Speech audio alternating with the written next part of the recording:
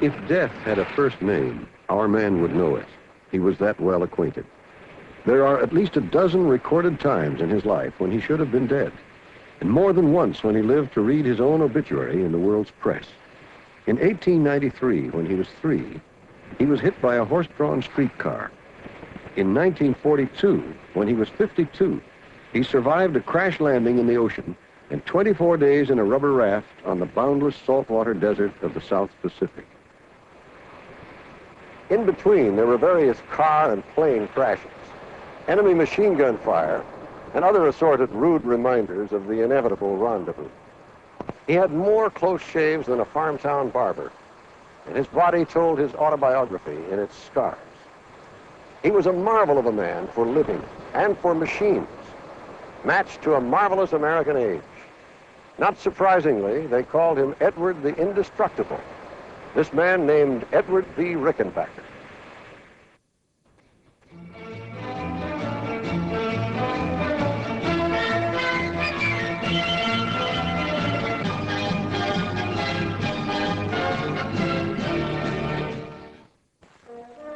Nobody called him Edward V. Rickenbacker, except perhaps the citation on his Congressional Medal of Honor, which he won for extraordinary valor as America's foremost combat pilot in World War I.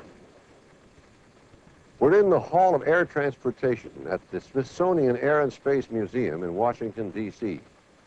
Rickenbacker's life paralleled the development of most of the machines in this room and the muscular explosion of America's incredible machine age.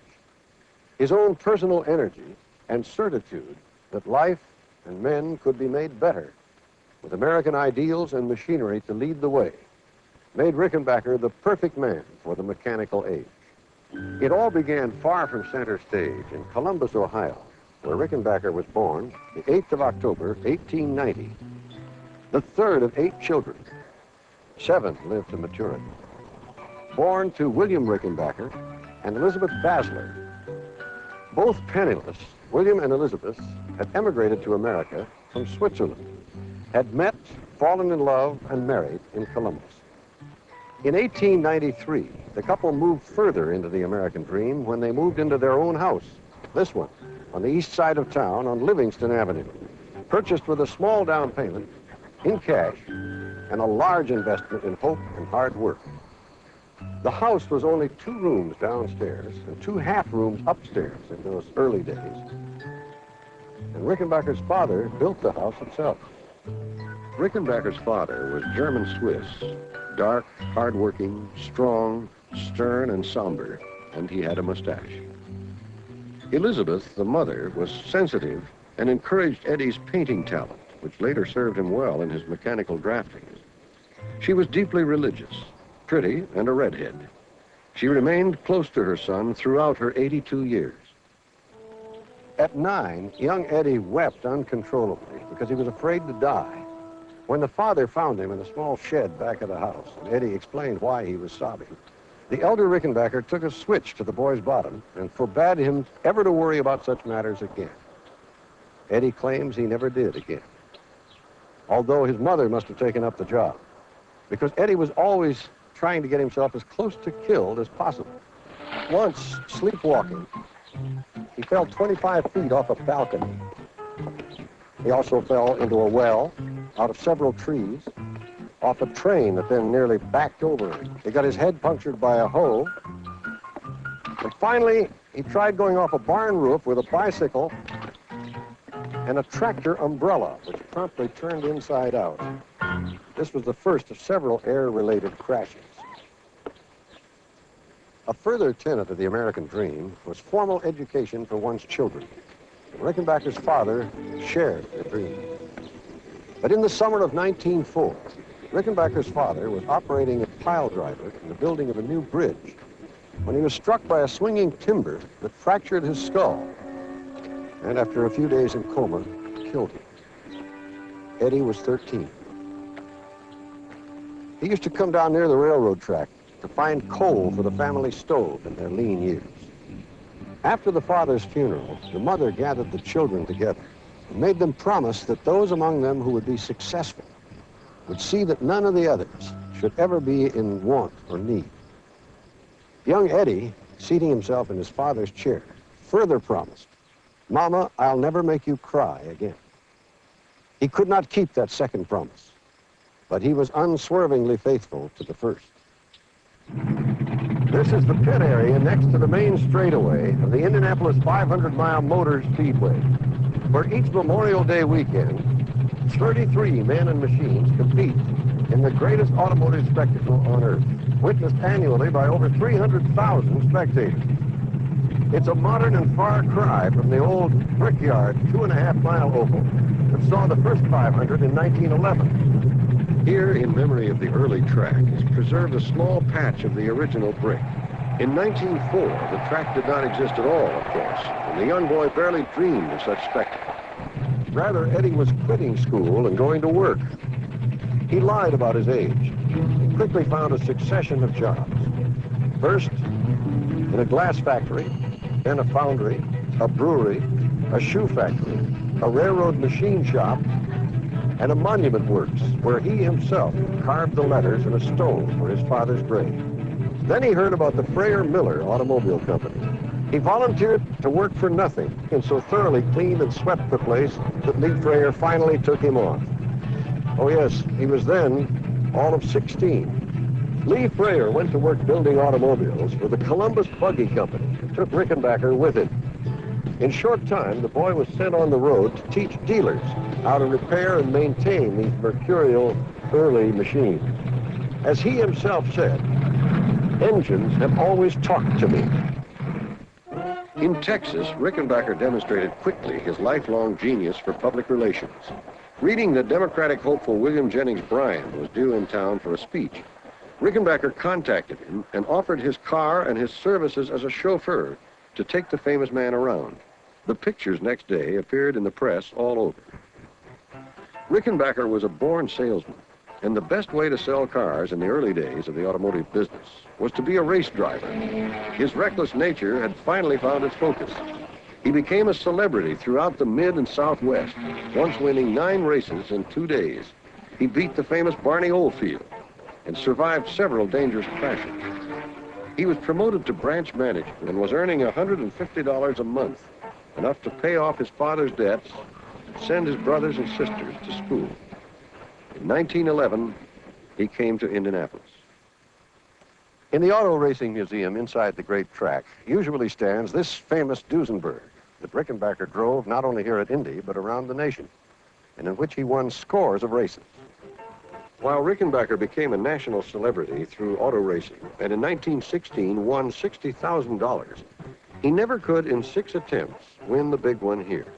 His best finish was in the first race in 1911, when he drove relief for Lee Freyer and finished 10th behind the winner, Ray Haroun, who revolutionized racing that year by riding without a mechanic and by using a newfangled device called a rear view mirror.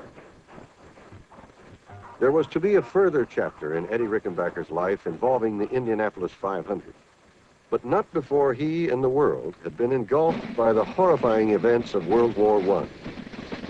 By 1916, the European powers had already been fighting for 2 years when Rickenbacker was invited to England to test the new British-made Sunbeam auto, the plan being that Rickenbacker would race it in America. The Sunbeam test track doubled as a Royal Air Force base, and Rickenbacker fell in love with flying. He wanted to join the British in the air war against Germany, but his request was rejected.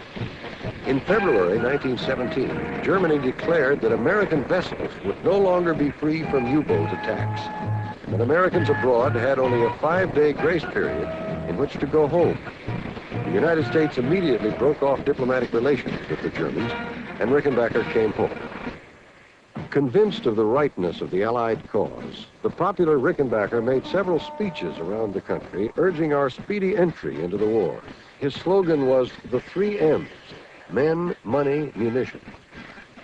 Even before America's official entry into the war, Rickenbacker joined the Army as a sergeant driver and sailed with a secret crossing to England that included General John Pershing and Airman General Billy Mitchell.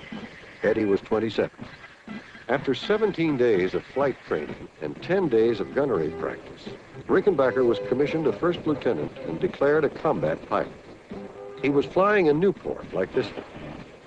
He was assigned to the 94th Aero Pursuit Squadron, which became the famous Hat in the Ring Squadron. That was in March of 1918. Rickenbacker shot down his first German plane on April 29th. By the end of May, he was a certified ace with 5 kills to his credit. The French awarded him the Croix de Guerre. During the entire month of June, Rickenbacker was grounded with high fever and chills, and he did not return to the 94th Squadron until July 5th. When he did come back, he flew one of the new Spads assigned to the unit.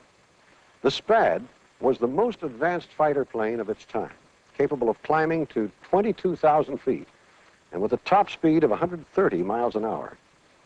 Still, Rickenbacker didn't get too much chance to test the new machine because he developed mastoiditis and was grounded again the rest of July and all of August. But in September, Eddie was well again and back with his unit, where in 2 days he enjoyed 2 more kills. These against the feared German Fokker airplane of the Flying Circus Squadron. That was commanded by Manfred von Richthofen, the famous Red Baron. Richthofen shot down a total of 80 Allied planes before finally being downed himself. In late September, Rickenbacker was promoted to captain and was made commanding officer of the 94th. During the month of October 1918, Captain Eddie Rickenbacker shot down the incredible total of 14 German planes, which gave him an overall total for the war of 26 planes. The 94th was the most successful American air unit of the war. Rickenbacker, the undisputed American ace of aces. He came home a hero of heroes. When he did reach home in January of 1919, Rickenbacker was deluged with offers of every kind of commercial gimmick, as well as vaudeville tours and movie star contracts. Rickenbacker spurned them all. He knew he no longer wanted to race cars, but he decided he did want to build one that would include all his automotive ideas and would bear his name, and one that would be worthy of his name. In fact, that became the company's slogan, a car worthy of its name. The Rickenbacker car did indeed become a reality. With 3 experienced automotive partners, Rickenbacker designed a car in the medium price range, between the low-priced Ford and the high-priced Packard and Cadillac. The Rickenbacker was an early hit, and 50,000 cars were sold in the first 2 years. Finally, Rickenbacker felt financially secure enough to think about marriage, and he fell in love at second sight, one might say, with a divorcee named Adelaide Frost Durant, whom he had known in California before the war. The couple was married on September 16, 1922. Adelaide and Eddie had 2 sons, David Edward, born in 1925, and William Frost, born in 1928. Adelaide and Rickenbacker stayed married until Eddie's death 51 years later. Among other innovations, Rickenbacker added 4-wheel brakes to his car, which prompted other manufacturers to gang up against him. This, plus a severe economic recession in 1925, mortally wounded the Rickenbacker Motor Company, which went bankrupt in 1927. Rickenbacker was 35 years old, $250,000 in personal debt, and out of a job. We're back in Indianapolis. A Detroit banker friend called him and said, "Nevertheless, I believe in you. Find something you want to do, and I'll help." In that same year, 1927, the 4 founders of the Indianapolis racetrack were ready to sell it. The price, $700,000. Rickenbacker remembered his friend in Detroit and hurried to him. An hour before the option deadline, Rickenbacker had the money. He resurfaced the track with asphalt, reinforced the walls, and added an 18-hole golf course. He successfully maintained the great racing classic until World War II curtailed the event after 1941. In 1945, Rickenbacker sold the track to an Indiana businessman named Anton Tony Hullman, who brought it to new and continued success as its owner.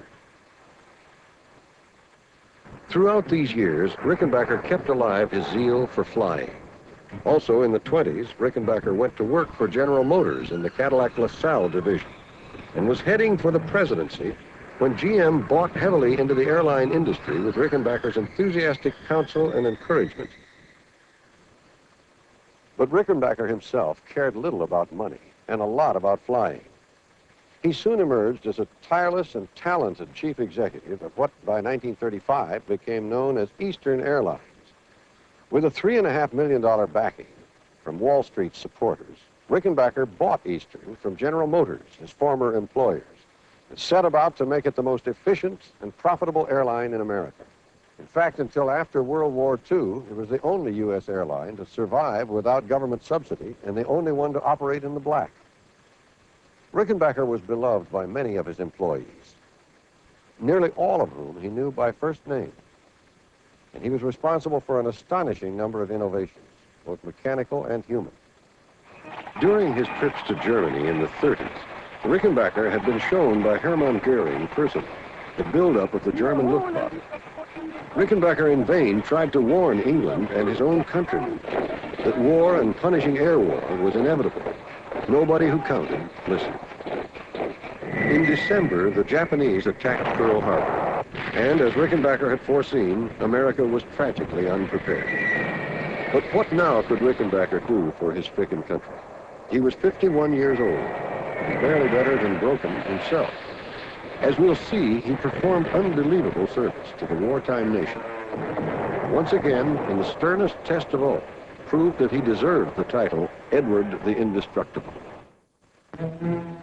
In addition to leasing half of Eastern's equipment and the services of its manpower throughout the war, Rickenbacker traveled around the world on dangerous and often secret missions on behalf of Secretary of War Henry Stimson and Air Chief General Hap Arnold. He was also instrumental in the pre-war development of the workhorse DC-3 and created important improvements for the B-17 and B-24 bombers, as well as for the P-38 and P-40 fighter planes. His salary was $1 a year. His first assignment was in March 1942, when he toured all the American training air bases and developed a detailed program for teaching new pilots and for increasing efficient production and supply. Next came a similar journey to the European theater. Then, in October of 1942, he set out on a tour of our Pacific installations.